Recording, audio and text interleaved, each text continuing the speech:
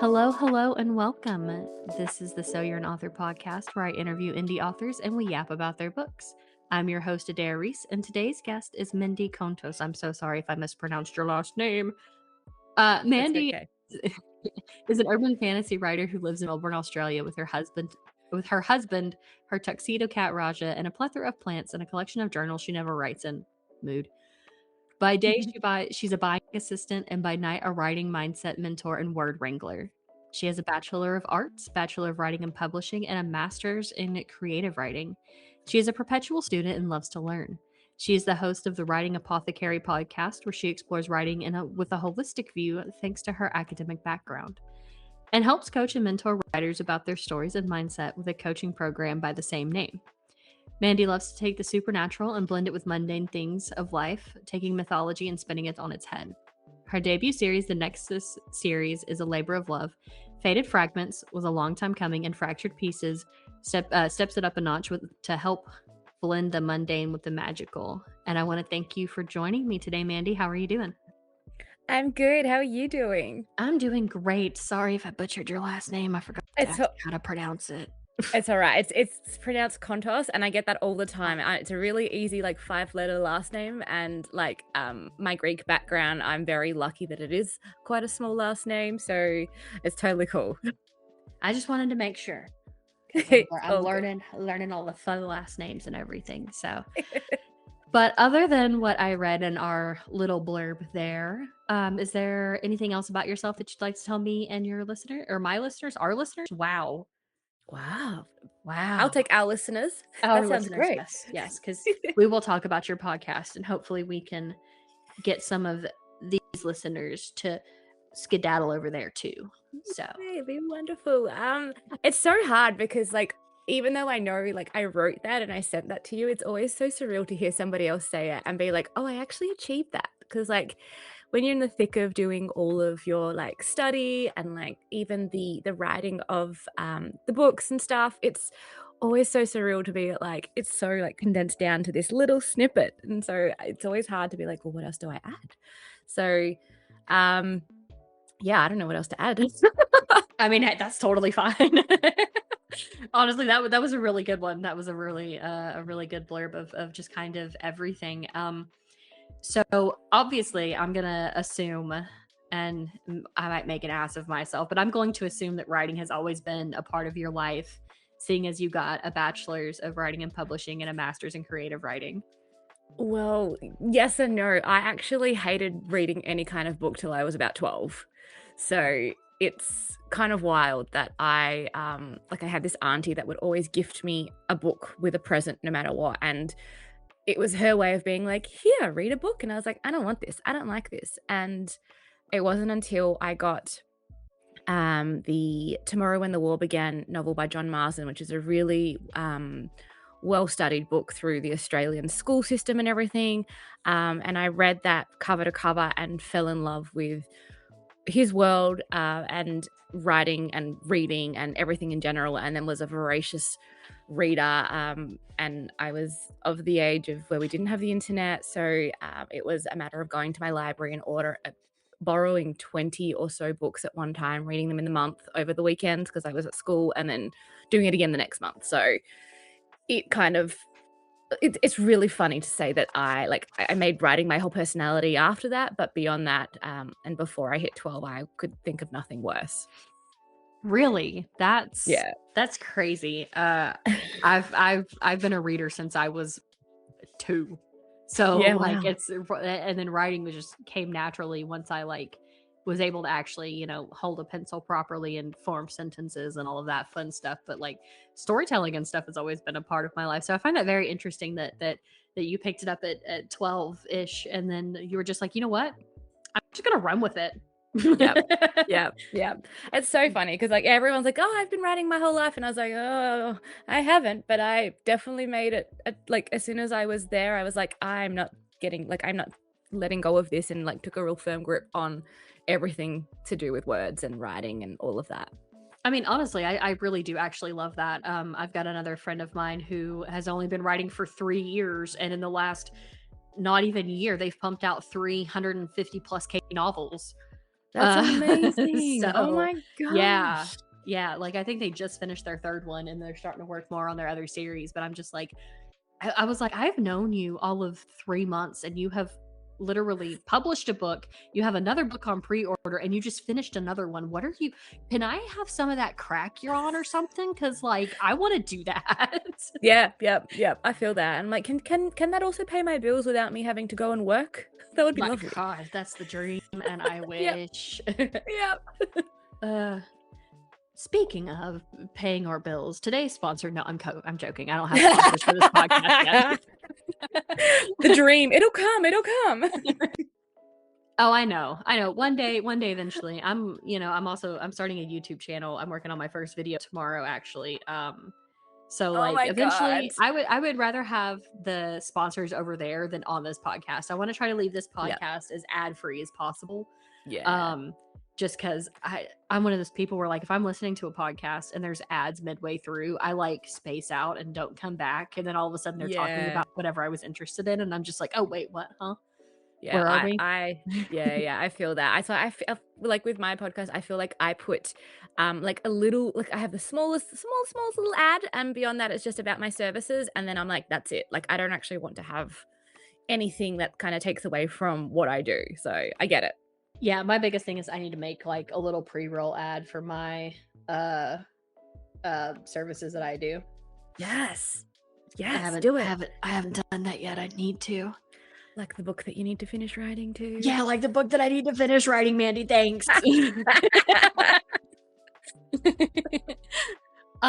So we kind of talked about like when you started writing and everything. Did you always, after that you picked all that up, did you always want to be an author, or was that just kind of like something that came along with falling in love with books and everything? I think it was a natural progression, but when I kind of sat down to decide that, okay, I really love the idea of writing a story, I didn't really see it as anything else than something for me.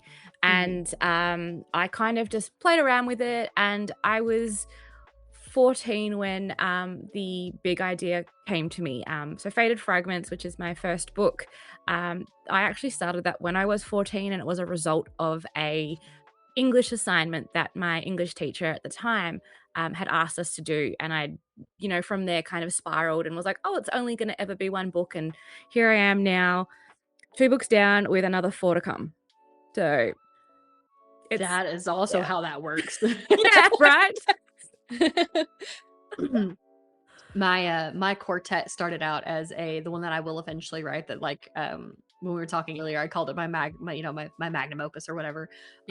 It's like the main series that I like really, really want to get out there to the world. But when I started it, it was a write a novel. It was like a National Novel Writing Month, but it wasn't Nano. It was NaNoWriMo. Yep. Yeah, because they suck now. They're horrible. They don't exist anymore. But it was something that a website called Royal Road puts on, where they do that challenge. But it's like 500. It's like 55,000 words in like 5 weeks or something like that is how they did it. And I got this idea. I was talking to a friend of mine. He kind of helped me like rework it a little bit, and then I just fell in love with this universe. And it was only supposed to be like 1 book, and then all of a sudden it was 3 books. And then at the time my fiance and I had met, and we were just kind of talking about it. I think I literally sat in my car for an hour one night yapping to him on the phone about this universe that I wanted to make, and all of a sudden I had a secret 4th book.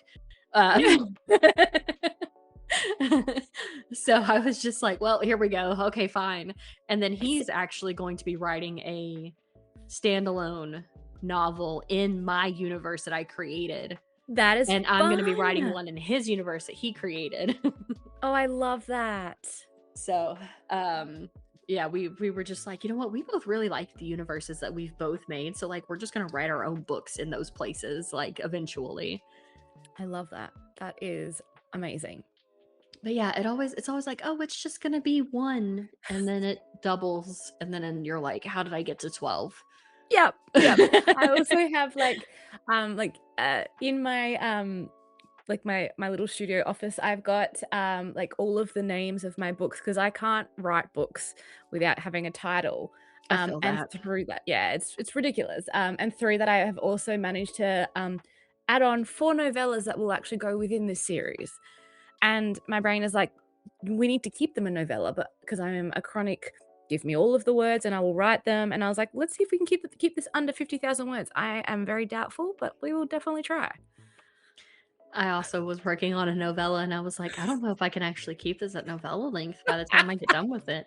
It's Why are we like this? Because we're writers. That's why. It really is a thing where like I want to call it magical because I don't know what else to frame it as or to phrase it as, but like it really is this just magical thing that like you start writing something and your brain just clicks into place, and it's like you just hit this like zen zone, and the next thing you know, you've written a 150,000 word novel, and you're like, this was supposed to be 50. Where did the other 20,000 come from? Why is this a thing? God damn it! And you're like, okay, keep going. You're like, why did I just stay up for 12 hours straight writing this? Like, what happened? What possessed me? I think that's so magical too, though. Like, we are all like, oh, God damn it. But it's just that magic of being able to sit down and actually just get lost in the words that we write, and then hoping that our readers will also get lost in them as well. Oh, yeah. Like, and I love it. When my fiance's here, there's nothing more fun than me telling him I'm gonna write, so he starts writing, and then the next thing I know, he's written like 2,500 words and I've written like 100. And I'm just like, did you just steal all of my inspiration juice out of the air? Like, what are you doing? You're procrastinating. That's what you're doing. I don't listen. What happens between me and threads stays between me and threads when I'm supposed to be writing. Okay, that's the problem. I've gotten really good about like. So the program I write in is called Ember Write, and it can be offline. So and it's a desktop app. It's kind of like Scrivener, but I like it better because there's not as big of a learning curve, like bar to entry kind of deal with it. But they have it to where you can write offline, and it's still because everything just saves to your local machine. So I've gotten into the habit of basically bricking my laptop, and then I put my phone like where I can't reach it, and that helps when I can't reach anything where I can like distract myself, because I hate to admit that, I kind of stare at my phone a lot more than I should. We all do. I get it. I do it too, and I'm like, God damn it, that's why those words didn't happen as fast as I would want them to. Right. I'm chronically online in the worst way. Yep. Get it. All right. So let's get into talking about your do you want to talk about the whole series as like a whole, or do you want to talk about the books separately? What would you prefer? I'm not fussed. I could talk about either way. So okay, you have answered some of my questions with like asking about inspiration behind them, and it came from an English assignment, and I love that. I've had stories start like that too. Mine have also just come from, oh, I really like this song lyric. Let me figure out how I can turn this into a whole entire world, or So then I have to ask my standard question that I ask every author on here. Are you a plotter or a pantser? I am a chronic plantser because I hate the idea of plotting to its like teeny tiny point, but I don't like the idea of just pantsing. So I kind of have very loose, I use like a sticky note method where I put the main plot point of a chapter on a sticky note. I pop it on a surface, on a wall, on a door, and then I kind of rearrange it and see how it flows. I start writing it. If it doesn't flow, I move the sticky note to another point. I'd like to say that it would, like, I'd love to be a plotter because it would get things done so much quicker, but it's very hard to be so structured and so like just caved in. I like the magic of being able to just let it kind of flow a little bit. Not to mention, if you're anything like me and some of the other guests that we've spoken to, the characters just take over sometimes, and you don't know where they're going. So. Oh my God, that is 100% true. I have had like my werewolf was terrified of horses, make that make sense, and it was like, what? That makes no sense at all. And I was like, all right, we're doing this. So yeah. I was doing some world building on my princess fantasy novel, and I was like, oh, okay, yeah, no, we're gonna work this here. And I guess her mother was actually a priestess to this goddess, but that's new, whatever. But I guess that works. I mean, actually, you know what, that makes sense. That's how my notes actually are written out. It's just like a string of conscious thought of things like that. I guess that works. Also, with you saying that you have the sticky notes up on the wall, not me imagining the It's Always Sunny Pepe Sylvia meme with like you like standing there like Charlie Day with a cigarette staring at it with the red string everywhere, like putting your blinds together. I wish I could have a room, because that would be cool to do like the whole little red string like and try and point it all together. I need to ask my husband for a bigger house. Right. Now you're gonna get swooped during swooping season, and yes, you a she shed or something where you can. I constantly be like, I was like, does your car really need to be in the garage, or can I just make that my little she shed? And he's like, looks at me, and I'm like, honestly though, does it need to be in the garage? I know. Oh gosh. I say you should just slowly start moving stuff out there piece by piece and see how long it takes him to notice. He would notice in like 5 seconds and be like, why is this in the garage? And I'd be like, God damn it. Like, oh, why are you so observant? Yeah.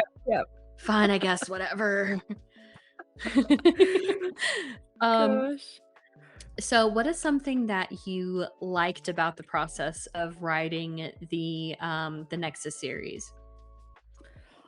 I guess that every book is so different. So I spent a good 20 odd years on Faded Fragments, just because I wrote it when I was 14, came back to it when I was, during first degree, my first uni degree, then left it again, then specifically moved state to go and study again, and was like, I'm going to use this point as a stepping stone to finish it, and then finished a first draft, but then had my father unfortunately pass away, and I then had to relearn how to write again, because I was very like, it's so hard to kind of have that main support system leave you, and so was stuck with it, and then churned that book out.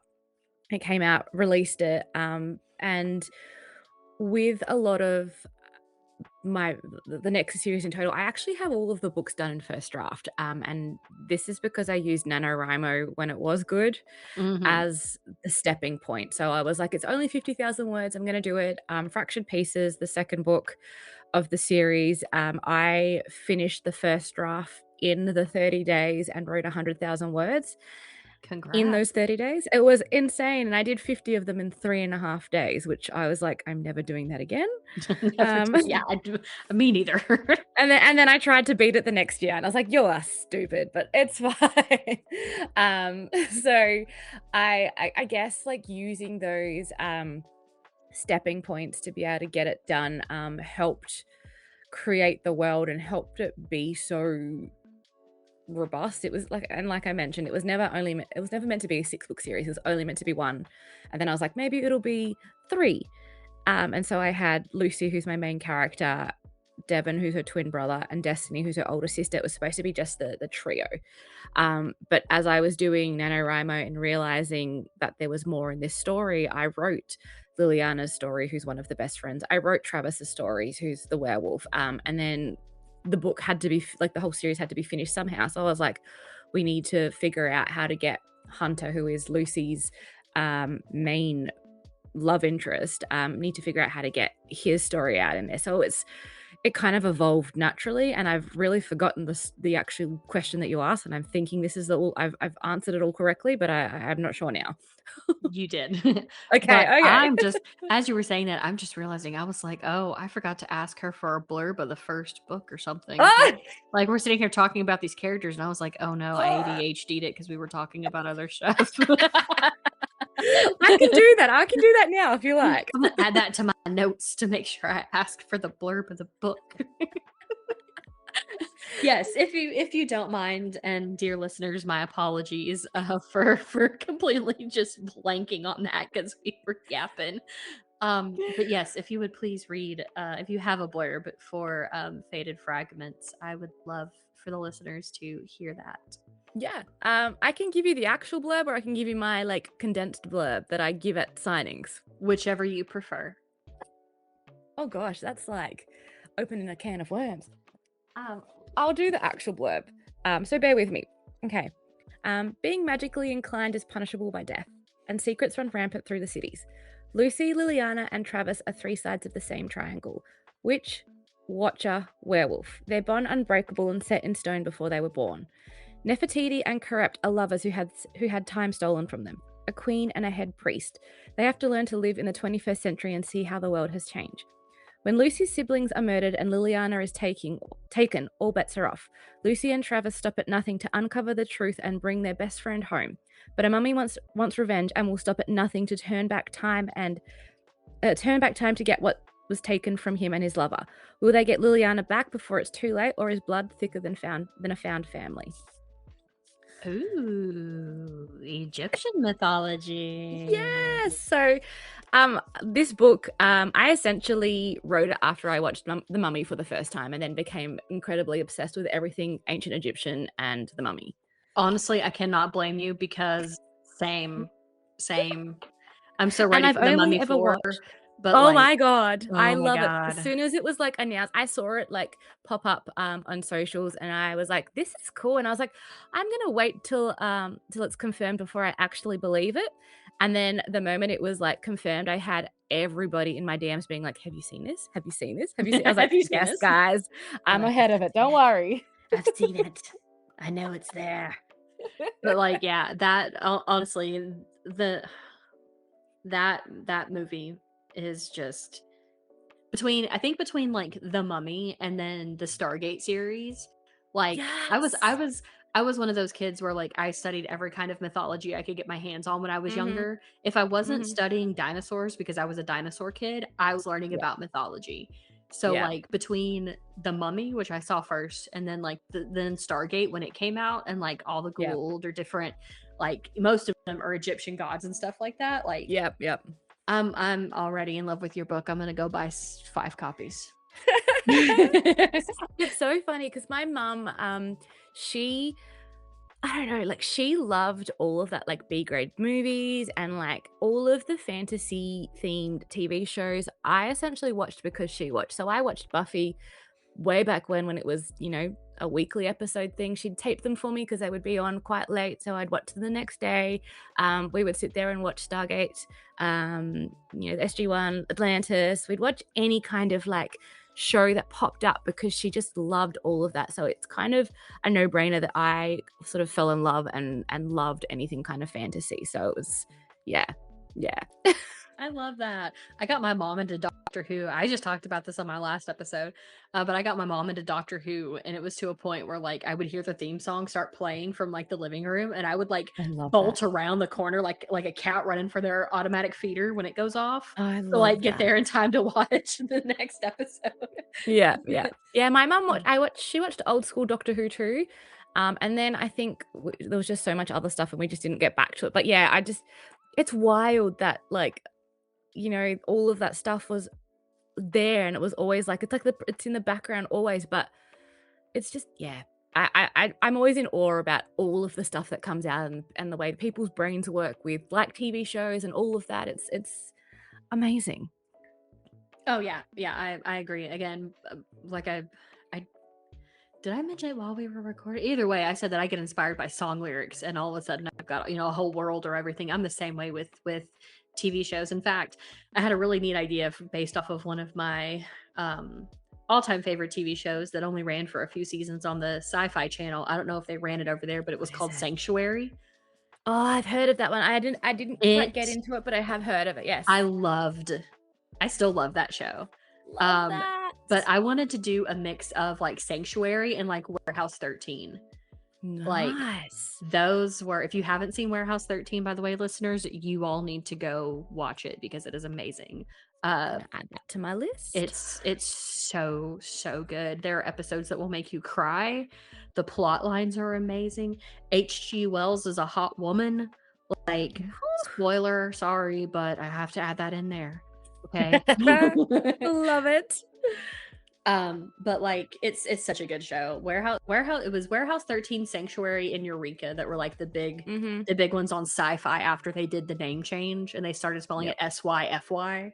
Yeah. But like, so I love all three of those series. Is what kind of word is that? Anyway, it's a word. It's a word tonight, guys. It's a word tonight. So getting back to writing for just a second, and then I promise we can yap about anything and everything. What is something that you disliked about the writing process for the next series?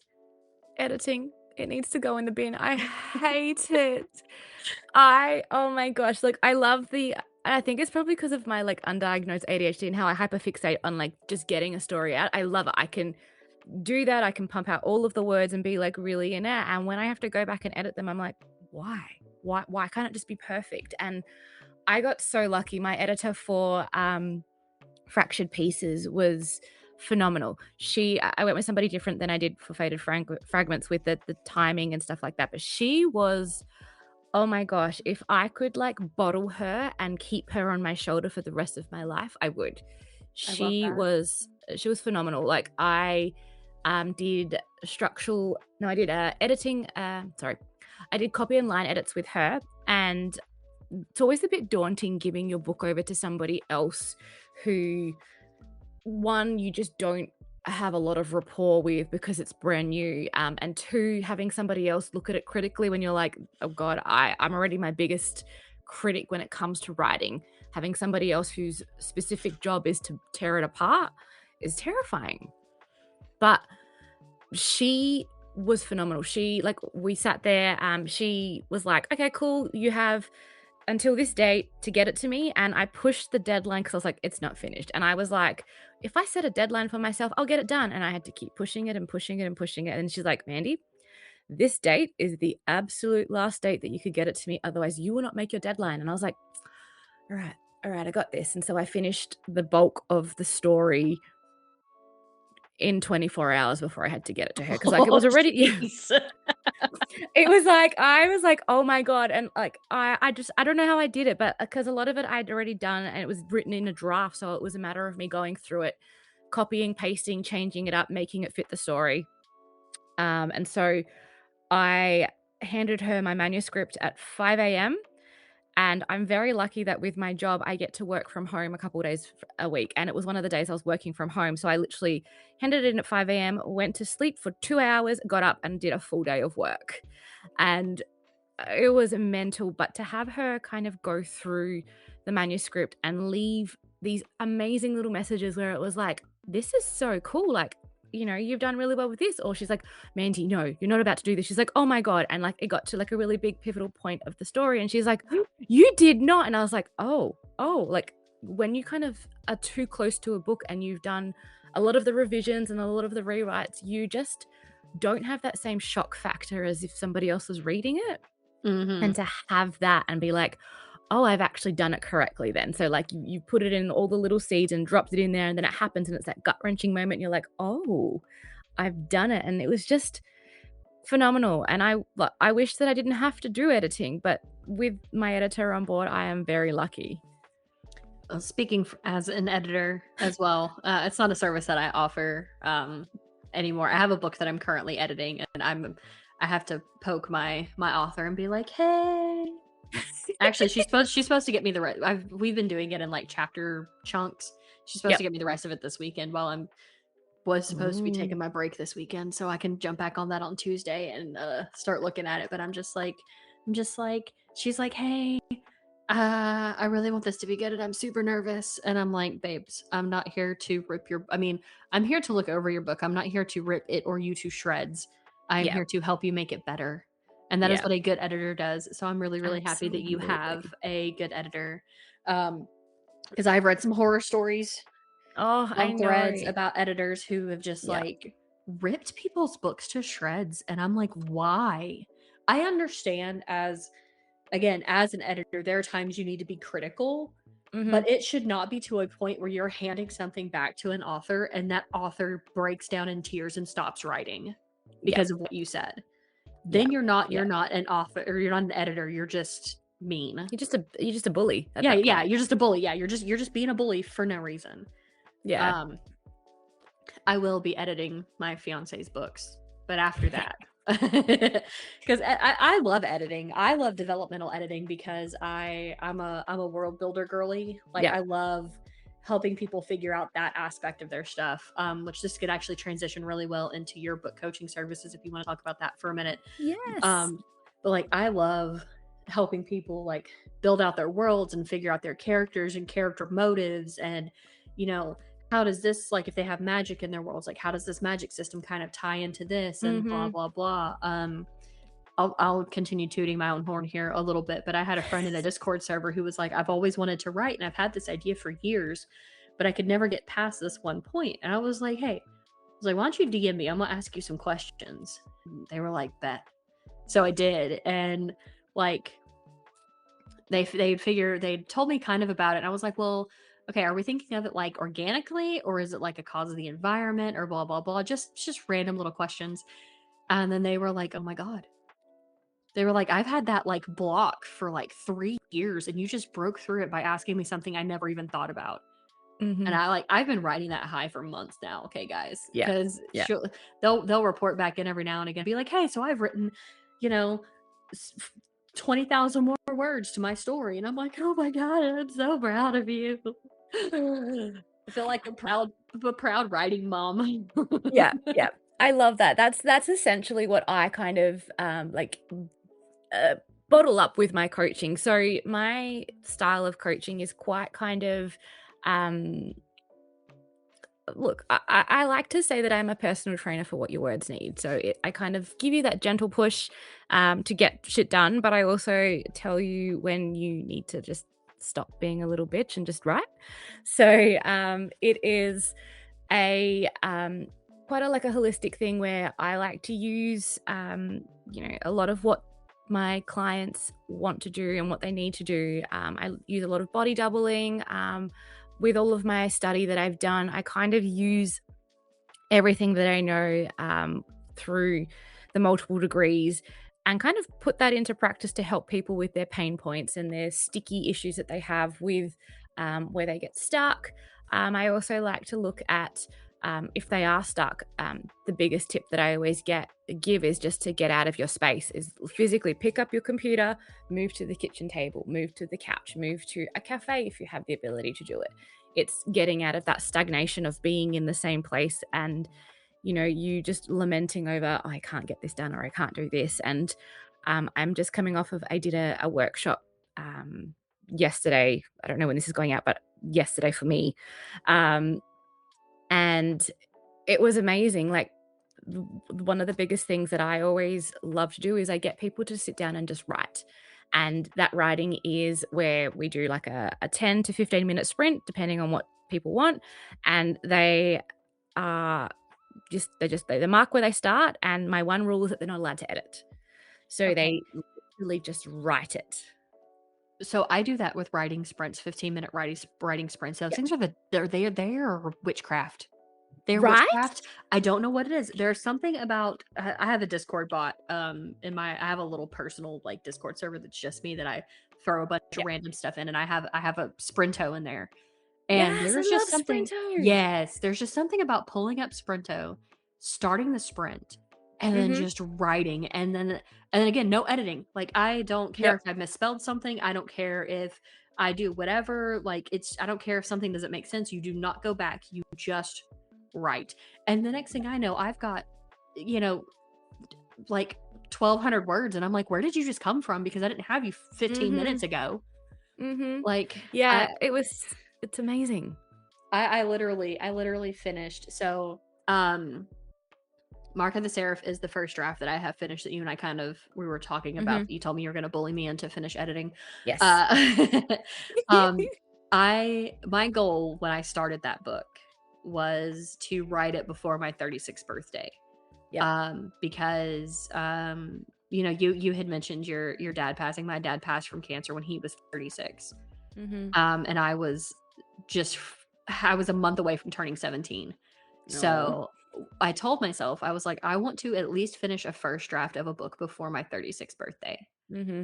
Um, and so I used 15-minute writing sprints, and I wrote 10,000 words on December 31st of 2025, and I finished that book at like 11:58 p.m. right before Oh New my Year's hit. gosh. So I was like a month and a couple of weeks early Yes. to finishing it because my birthday was in February.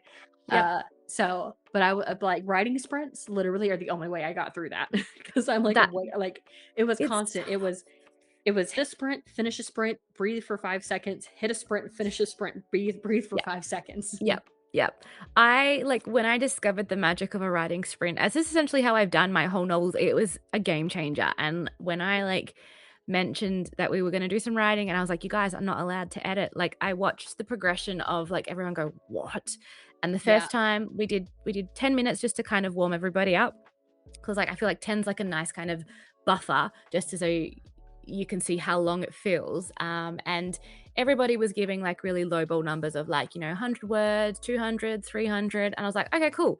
I gave them like maybe a 2-minute break. And then I was like, we're going to hit it again and do it again for 15 minutes.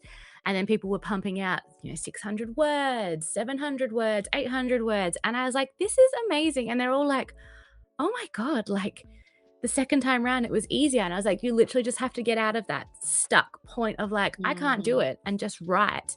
And then your fingers start doing the work for you. Your brain catches up eventually and you start going. And I had, by the end of it, I think we ended up doing 4 or 5 solid writing sprints yesterday. And I had one person pump out nearly 3,000 words. I was like, yes, like, hell yeah. This is amazing. And like, everybody ranged in from 3,000. I think the lowest we had was just over 1,000. And I was like, that's amazing though. That's, 3,000 to 1,000 words that you didn't have that now you can edit and you can play around with, because I always think that, you can't edit a blank page. And I think it was Jodi Picoult or somebody else has said that as well. But that's the biggest thing that I always keep in the back of my mind is that, you actually can't edit a blank page, and if you've got nothing there to work with, then you don't really have that story to deal with. And it's easier once you get some words on the page, because any words is better than no words. Exactly. That's what I'm trying to keep telling myself as I took a big break from writing for because my mental health tanked pretty bad. I don't mind talking about this if you don't mind talking about it for just half a second. No, not at all. No, go for it. Like I got let go from my job like a month ago and I still haven't found anything. And so like riding around on bootstraps over here trying to figure stuff out, you know, and get all this stuff up and going so I can just kind of work for myself or whatever. Yep. Just like tanked my mental health so bad. Yeah. So like writing is like, I'm just like, ugh. Yeah. So like even when I can get like, even if it's just like 50 words of like notes on world building something, I'm like, you know what, that's better counts. than absolutely nothing. I need to get back into, well, I guess I know what I'm doing tomorrow. I always I always start with, sometimes it's just a matter of doing 5 minutes, because 5 minutes then turns into 10 turns into 15, turns into 20. And it's I think Sprinto and I are going to get reacquainted tomorrow, and I'm going to do some writing sprints and see what I can pop out. I love that. That is like my ultimate. I have if I take anything, or if I give anything to anybody, it's like sometimes it's just a matter of just getting your butt in the chair and just doing it. And yes, you always have that little inner editor that is telling us that we're not good enough, that we can't do enough, that we need to do more. But at the end of the day, I was just about to talk about the imposter syndrome voice. Yeah. Like nobody's gonna read this, so why are you even bothering? And I'm like, because I'll read it, and my fiance will read it, and my Discord friends will read it. And like this is the thing is when you're deep in the trenches of doing the whole novel process, I remember with Fractured Pieces, I got to the point where I was like, okay, I need to go through and I need to proofread it now. And I had like the physical first proof copy. And once I had difficulties with my proof copies, but when I had a proper proof copy, I sort of sat there and I was like, all right, I can do this. I can go through, have a look at the mistakes, see it all. And I got I reckon I got 3 or 4 pages in, and I messaged my editor and I was like, Britt, I hate it. I'm going to burn it. I'm not doing it. And she's like, whoa, no. She's like, you are not. She's like, this story is amazing. And she's like, put it down, give it some space, come back to it. And I put it down, let it marinate for 2 weeks, and then I came back to it and started reading it. I just picked it up as if it was a normal book. It was like, I wasn't the person that wrote it or anything like that. And I started reading and I was like, holy crap. I go, this is actually really good. I was like, wait a minute, who wrote this? And I was like, wait, this is my book. And I was like, I actually wrote a book that it's got great pacing. It is great plot points. There are characters that are both lovable and you want to punch them in the face. And it is just, everything was just the way that I wanted it to be. And I was like, oh, like that little inner editor was so loud, and all I needed to do was give it some time and then turn down the dial on it and actually be like, you do not have a place here. We are doing this. This book is amazing. We are moving on. I have been there before. In fact, I was in the middle of writing Mark of the Seraph, and it was one of the times my fiance was visiting, and I was sitting there and I was working on it on the couch while he was, sitting next to me or whatever. And I just looked at him. I was like, I'm just going to delete everything. I was like, I'm just going to burn this to the ground. I don't want to do this anymore. I don't want to look at it. I don't want to touch it. I think it's horrible. It's the worst thing ever. Nobody's going to like this. Why am I even doing this? And he was like, have you eaten today? Do you need a snack? That's also another thing. Okay? If you have not fed yourself or watered yourself, also let that inner editor go away, because you need to go fill up your cup before you can actually it's like get up and walk, breathe, close your laptop for like 5 minutes, like sit here. You're not gonna delete it. You're not, actually, that's a lie. I have a bad habit of writing like 10K into something and then absolutely hating it and then deleting it and then starting over again. I've done that. I do that with everything. Tell me, when you say deleting, you're putting it in another document instead of deleting. Yes. Okay, not thank like God. I'm not fully deleting it. I have in the past. That's why so many of my stories don't exist anymore, because I would dare. I know. Look, younger me was not as I was very impulsive, okay? So when I got it in my head that something was bad, I just went bloop, and it didn't exist anymore.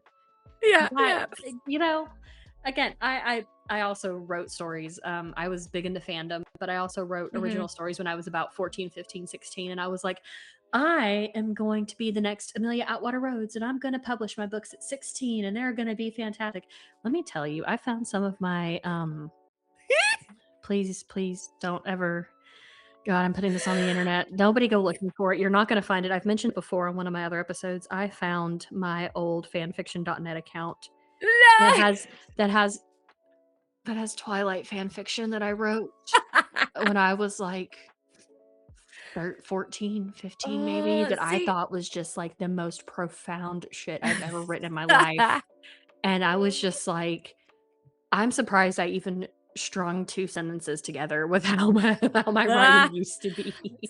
Don't go looking for it. You're not going to find it. We'll see. I'm good at sleuthing, so we'll try and find it. Trust me, I had to like really think hard about how to even find it. So I feel like I'm very lucky that when I decided to write the internet, and I didn't know about fan fiction, all of that. I was like, okay, this is cool. So as a kid, you write fan fiction, and I just didn't have that thing to publish it because I just didn't know that it existed. So I got very lucky, but I did the thing where I was clearing out stuff at Mum's house when I went back, and I found like an original draft of Faded Fragments. Did you find the notebooks? Well, I didn't do notebooks. I have notebooks somewhere, but I was like, back then I had an auntie give me a very old school laptop, so I got very excited and was typing on that. The old laptop. Yeah, and so, but I had printed it out because I was like, back then I had a friend who she was going to Japan for like a student exchange thing, and I was like, here, I wrote these stories. Do you want to read them? And she's like, yeah, sure. And oh my God, my 14, 15-year-old self was so confident. I was like, why the fuck did you do that?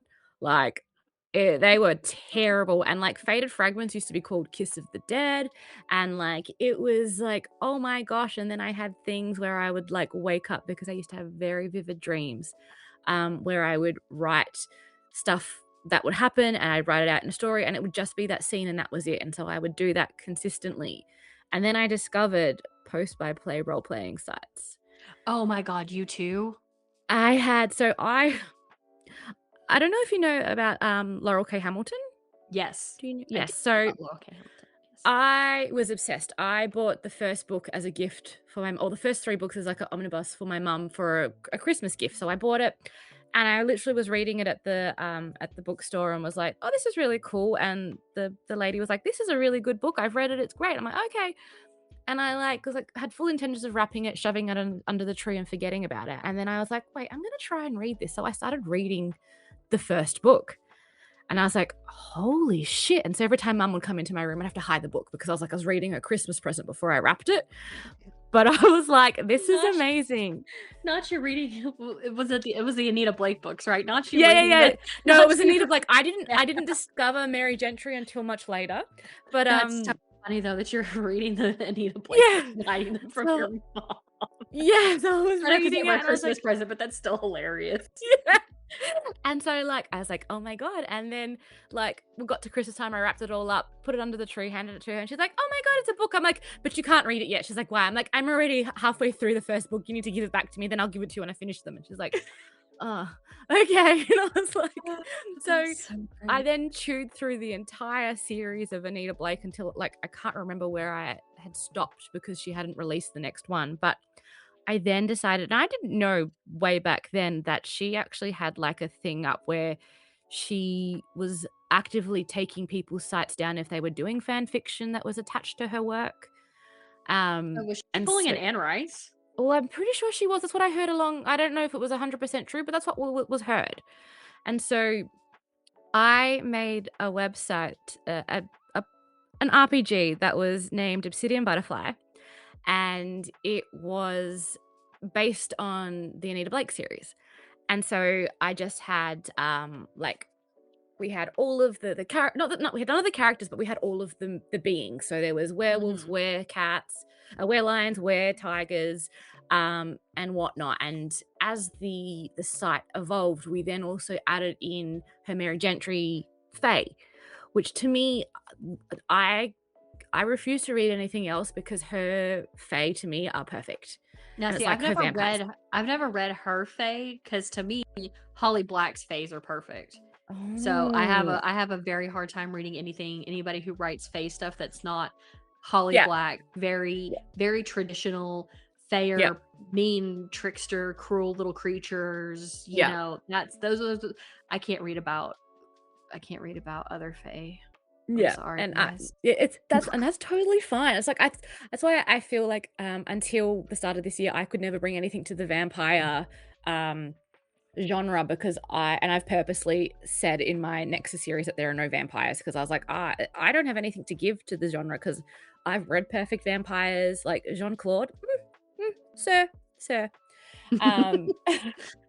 And I just, I had nothing to give. And then I had a vampire story jump into my head at the start of this year. And I was like, oh no. And it's completely separate. And so Mandi, write the vampires. This is the thing. I started writing at the start of this year. I have about 5,000 words of it. I have a title, I have characters, and it's going to be a duology. That's all I've got of it. Okay. And that's it. That's all I have. Do you want to pop on a call next week and we can talk about it more? We'll figure it out. It's like, oh my God. I'm like, I do not have time for this, but I did it. I have 5,000 words, and it literally came, as you said about a song. It came from a song, and I was like, what song? Now I'm curious. It was a remake of that So Fake song by Pierce the Veil. I don't know if I know that one. I'll find it for you when I send it. And it was literally something about piercing skin, and I was like, oh, and it popped into me. And I have a story where the girl is a medical examiner who is some kind of spicy human in the magic world too. And then the vampire is a master of the city kind of type that is trying to keep her safe. And if she leaves said realm, something bad happens, and he wants to save her from doing that. And then, that's all I've got. Oh yeah, no, I'm heavily intrigued. We're having a call at some point to where we can talk through this because I need that. I'm like, oh my gosh. But so that was my whole entire life of writing fan fiction, but not fan fiction. So I had multiple characters. I met some of my best friends on there. My artist who does all of my character art. She, to this day, I think we've been friends for nearly 20 odd years, and I feel like I'm cheating every time I go and look at someone else's art, and I like, can you make me some art? And I was like, no, but Rue can make me amazing art. And I was like, oh God. So like, and she's just like, no, please go and do other art because I'm significantly slow. And she's like, I don't care, but I love your art. And so I actually bullied her into doing art because I have way back when she drew me a picture of one of my main characters from the RPG, and then I was like, hey, you remember how you did that art for me? I still have it. Can you do my Lucy art? And she's like, yes. And I was like, excellent. So I was about to say, next thing you're going to tell me is you met your husband on that site too. No. I met him on Tinder, unfortunately. I mean, I met my fiance on Discord, so, you know. There you go. Basically the same thing, right? Yeah, absolutely. But yeah, I love it. But I was also a forum post by post role player. I still actually have one Discord server where I'm slightly active with my writing partner, and we like trade posts back and forth once every 6 months or so when we're not busy. I love that. I think I miss doing post by play, but I miss doing that kind of RPG writing with people because it was just that collaboration that was so fun. But I was like, I ain't got no time for that. Yeah, and see, and that's been honestly, I'm not gonna lie, that's been one of my biggest struggles as an author is solo writing, because I wrote fan fiction. I wrote a bunch of one shots. I actually wrote fan fiction for commissions in the Dragon Age fandom for a while. Don't go looking for that either, but I'm pretty sure it's easy to find. And I also so I did some stuff like that, but a lot of my writing was post by post role plays. And they were so collaborative because I could just be like, hey, what do you think of this? And the other person would pop off, and then or our characters would just start meshing really well. And life's gotten busy and everything, so I can't do it like I used to, but it's just now that I'm trying to write solo stuff, I'm just like, wow.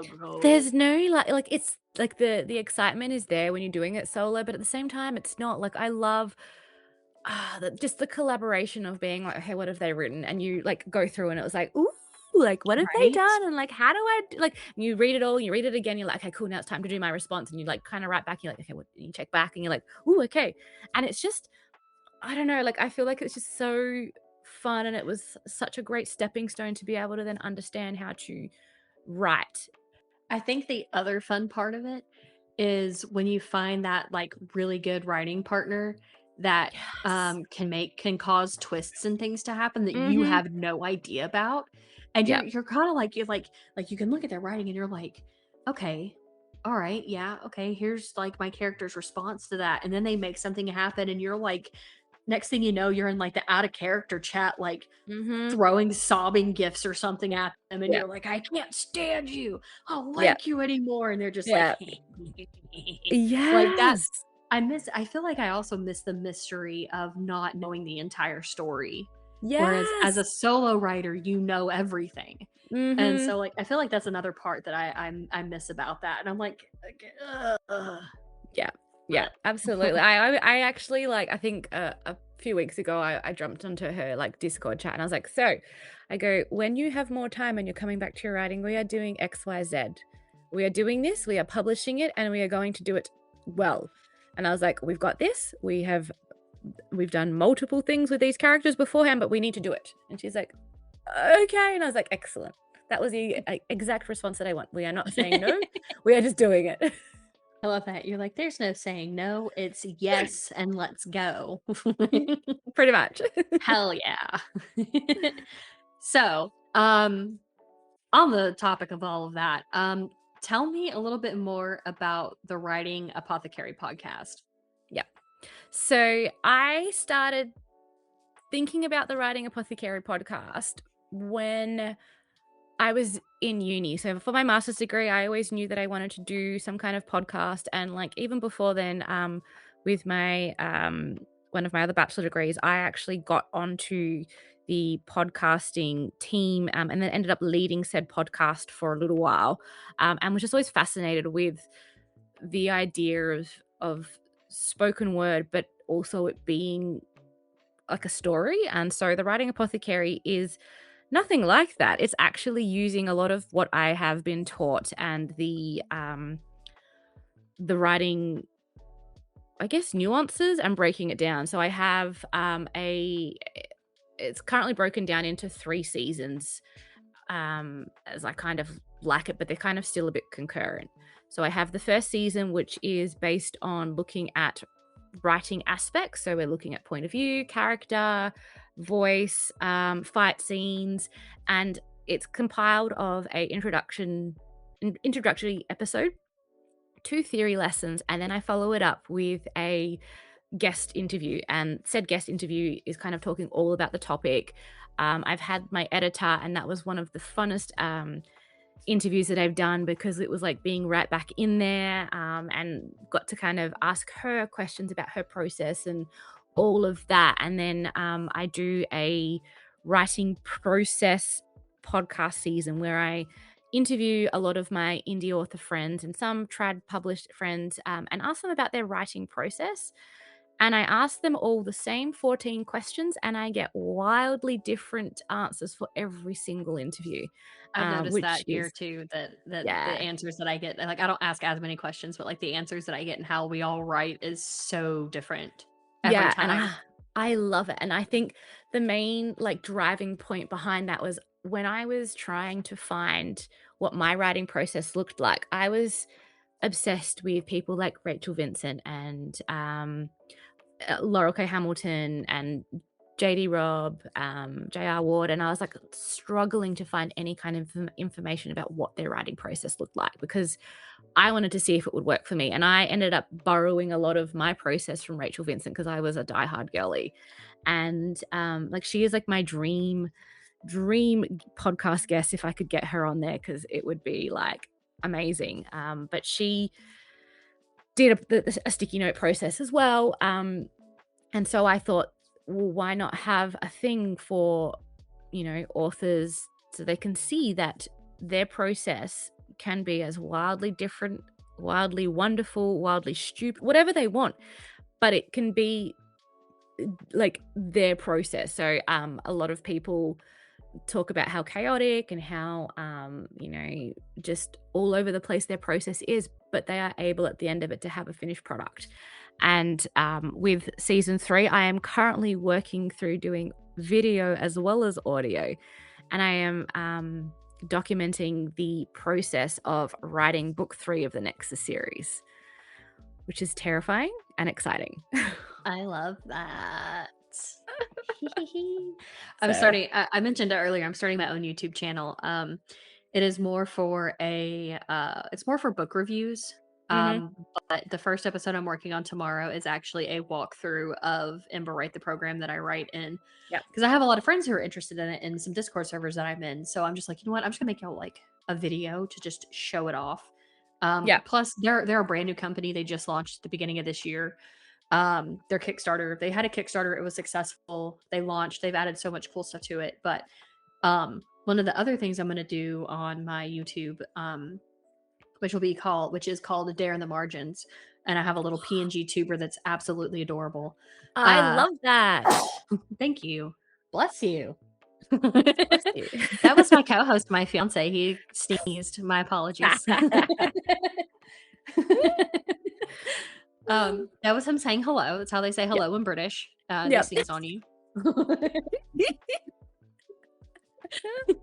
Oh gosh. But anyway, it's called, like I said, called A Dare in the Margins. I'm going to be doing book reviews of older fantasy books like Anne McCaffrey and people like that, and books I read in my childhood. But the other thing I'll be doing is probably doing a series that is kind of doing the same thing, where I'm going to show off my writing process for one of my books and kind of document it as I go along and everything else like that. Siri, I'm not talking to you. God damn it, Siri. One job. One job. So I kind of love that you're also doing that. It's so So much work. I I love it, but I'm like, bet, oh my God. I bet. But I like that you're doing that too, because like you're the first person I've had on here that's also doing a podcast. Yay. And knowing that you're doing that is also really, really cool too. I need to go listen to yours because uh I need all the book coaching I can get apparently with keeping myself motivated. Right. But I'm I just, kind of love that you're doing that. It sounds like it's a lot of fun. So listeners, I know a lot of you are also indie authors. Y'all should go check out the Writing Apothecary. I will make sure I have a link down in the description below for that. yay. Because I mean, look, I'll touch on this really quick. None of us are competition. Yeah. Like we're all in this together. So like the more I have some of my listeners come listen to you, maybe yours will come hang out with me at some point, Yeah. if I happen to be a guest on there, or like if you just whatever, or they Yeah. find me because of this episode, Yeah. but like I have, so just side note, there's a lovely person in our like space here in Melbourne, and they are a media company called Golden Wing Press, and the director Miranda, I actually had her at my writing masterclass yesterday, and she wrote on the board that we have at the cafe or the bookstore / cafe that I did it at. Her One of her like signatures sayings is that it is collaboration over competition. And every time I see that and every time I think of something, I always go back to it, because it's collaboration over competition. We all do the same thing, but it's the way that we then work together. oh yeah, 100%. And I also say that because again, chronically online on Threads, I've once again seen the whole Oh. blah blah this blah blah blah blah blah blah. Mm-hmm. Where the competition, it's not a competition, guys. Yeah. Writing and books are not a finite resource. We are not in competition with each other. We should never be in competition with each other. Um, 100%. uh, Sometimes the book drama on there drives me crazy. I'll have videos about that on my YouTube channel because this is not a drama podcast. So sometimes I feel like I should make it one. Not this one, but I feel like I should make a drama podcast. This one is the least drama filled thing I've ever done. So it's a lot when you just pop onto Threads and you see that. I'm like, nope, okay, this is a day that I leave the Threads because I cannot deal. Not doing it. Moving see, on. but then I'm also nosy, so I'm like, okay, so Yeah, do I me screenshot too. this and save it for later just in case That's my somebody else problem. Is says I'm like, I something? just want to know too.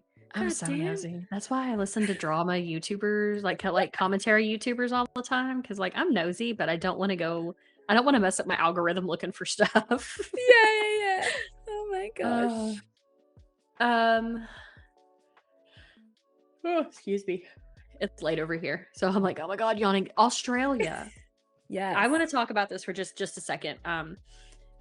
We're running a little longer than what I normally do, but I have to ask, Sorry, what guys. is the no, they'll be fine. What is the publishing atmosphere world kind of like over there? Because like here in the US, where most indie authors are expected doesn't mean you have to be, are expected to be in the like KDP KU universe. Over in Europe, from what I learned from one of my other guests, is they're all either local bookstores, Kobo, stuff that's had like a footing there for a while. They don't really do Amazon over there. So what is it kind of like there in Australia? I think it's very much like the US. A lot of us are in like KDP, KU. I'm not personally in KU. I didn't like the idea of being chained to one platform. So I am wide with all of my books. I'm in various bookstores across the country. I'd like to be in more, but it's quite challenging to go through and find people who are actively taking books when, everybody here all wants to be in a bookstore. So it's just a matter of just waiting. You reach out to them. Everyone is super lovely, but you do also have those, I guess, the bad eggs as well. And it's just about essentially letting them do their thing, steering clear of that. I like to stay in my lane. I try and avoid as much drama as possible. I love I love the indie community. For me, it's always been such a supportive and amazing group. I have been to a couple of conventions where I've met some of my amazing friends, and I have like a full group chat with them, and we keep in contact. And it is such a unique position to be in, where I am, a part of this community where people are so supportive. And at the end of the day, I don't even care if you don't buy my book. It's about coming in, having a chat. And whenever I do signing events, and I know it's with like a lot of the others too, it's all about the connection, really. It's about talking to them. I'd rather talk about, Egyptian mythology or like something to do with that versus somebody picking up a book. It is quite nice when people do buy a book. So I'm like, yay, thank you. But at the end of the day, I prefer the communication, the collaboration, the connections that come with that. So I think it's very, like, we tend to follow a lot of the trends that the Americans and US kind of does in general. Okay. All right. And yeah, the community is such a great thing. What was it? I saw a long time ago that somebody compared Australia, or somebody said that Australia was basically just a giant like little town. Because like everybody's like I'm not saying like everybody knows everybody, but like y'all's sense of community is something that you don't see in a lot of other places, I think. So I love that you have that there. So here's an interesting question that I thought of while you were talking about everything. How difficult is it for you to get your books outside of Australia? Oh my God, it is so hard. So hard. I have been trying to get my books into bookstores across America, in the UK, everywhere and anywhere I can. I'm very lucky that I have Faded Fragments and Fractured Pieces in Salient Books, which is an American-based indie bookstore. They are amazing, but I want to get it into more, but it's just so hard with, obviously now we've got all the tariffs, all of the world is quite challenging, but if I could just get more over there, it would be great. So definitely trying. It's a lot easier to get it into bookstores here in Australia and kind of get it out there. It's challenging. Yeah, no, I figured it would be. I know there are some presses that have, or there's some like presses that have like an actual printing press, like in other countries too. Yeah, But Ingram and Amazon both do that. So I've actually sourced books from the Ingram branch to go to said bookstore. But yeah, it's still very challenging. There's another one that's not Ingram or Amazon. I think it's a smaller one, and I can't remember the name of it. Is it Book Vault? Maybe it is. Maybe it's Book Vault. It might be Book Vault, actually. Yeah. They're not as small, so sorry about that. I was like, what is it? I can't remember. Counts. It still counts. It's still small. But one of the other authors that I interviewed, I think it was Book Vault. Forgive me if I'm wrong. If you're listening to this, I'm so sorry. I have the world's worst ADHD memory. Like, what we're gonna have this conversation, I'll forget half of it until I listen back to this episode later on. Yeah, starts my life. So, excuse me, but so I was wondering about that, like how difficult it might be to like, get books over in this area, especially being indie published. I figure with a trad publisher, it's probably really, really different. And like I was just curious about how different. Oh, that was the other question. When you write your books, I know that Australian is not that different, obviously, from English, but obviously some things are probably said differently in terms of like, just verbiage or spellings or things like that. So do you write your books using like turns of phrase that you use there compared to like what we would use here?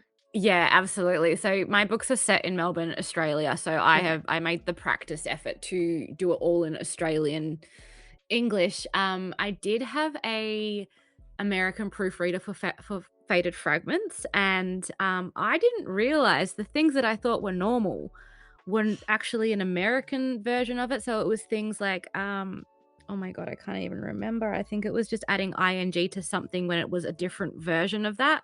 And my editor, the one that I have now, was like, did you know that some of these words are the American version. I was like, oh my God. So I had to go back and change them all. And lucky, like, with the indie publishing, you can re-upload manuscripts and whatnot. But I was like, this is a pain. Yeah, I was curious about that. Like I think I mentioned before we started recording, or maybe it was already recording again. I don't remember what happened 20 minutes ago, much less an hour ago. I have another author that I interviewed who is in Denmark, and she actually writes her books in Dutch and then also in English. So there are some like turns of phrase and stuff like that, or things that are said a little bit differently compared to like what you get from a typical like American US like book or whatever. Even my fiance being British, some of the stuff he writes, I'm just like, oh, okay, I had to recalculate that into British in my head to make it make sense to my brain. Yeah. So I love that though. I love that I'm finding out that everybody does things a little bit differently. That makes me happy. I love fun. stuff like that. Yeah, I just think it's really neat, guys. Okay. Yeah. I just think it's really neat. Well, before I finish this glorious yap session that we have had, is there anything else that you would like to tell our listeners before we head off? I don't think so. If you are interested in buying faded or fractured pieces, they are available on Kindle, and you can buy a paperback from there. If you do buy a paperback, hit me up. I am more than happy to send a bookplate out with a signature and whatnot. If you love podcasts, please come listen to mine and follow me everywhere if possible. That would be great. Also, don't forget, guys, that Mandi does offer services as well. Oh, yes, I always forget to say that. So if that is something that you are interested in, please make sure that you hit her up for that as well. And as always, everything will be down below in the description. I'll have most of your socials and then your website, which should lead everybody to everything that they need. Yeah. I do also support. If money is an issue, I do payment plans too, so make life a little bit easier. Always good to know. We love a queen who does payment plans because we are all broke little indie authors. But not for long. We will one day be very, very, very yes. One day we will all be very rich. Yes. all the manifesting of all the money. Yeah. We will just make a living off of our podcasts and our YouTube channels and our writing and be happy about it. Yep, absolutely. All right. Well, thank you so much, Mandi, for being on. It has been a pleasure speaking with you. It has been so much fun. And just thank you. Thank you for having me. It's so nice to be on the other side of the microphone this time and not the one asking the questions. So I am so grateful. Don't have to ask the questions. Don't have to do the editing. Don't have to worry about it. I already know. I was like, oh God. I was like, thank God I'm not doing the editing for this episode. No, that's my fiance's job. Yes. All right. Well, then I will see you all next week. Thank you for listening to this week's episode of So You're an Author. I hope you enjoyed this episode. If you did, please don't forget to rate and review SYAA so we can reach even more indie authors and listeners too.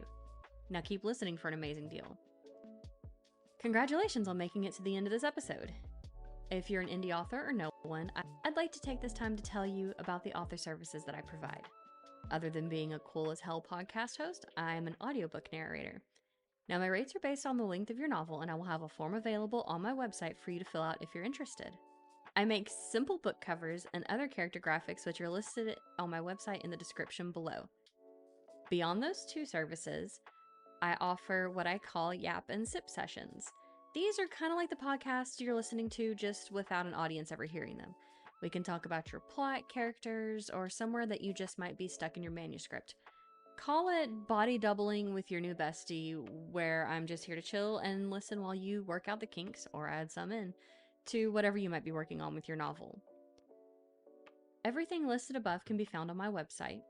Anybody who goes to my website can put the code FOUNDYOURPODCAST, all one word, somewhere in their email or form, and I will give you a discounted rate on any of the services listed above. Once more, I thank you for listening to the So You're an Author podcast. See you next week.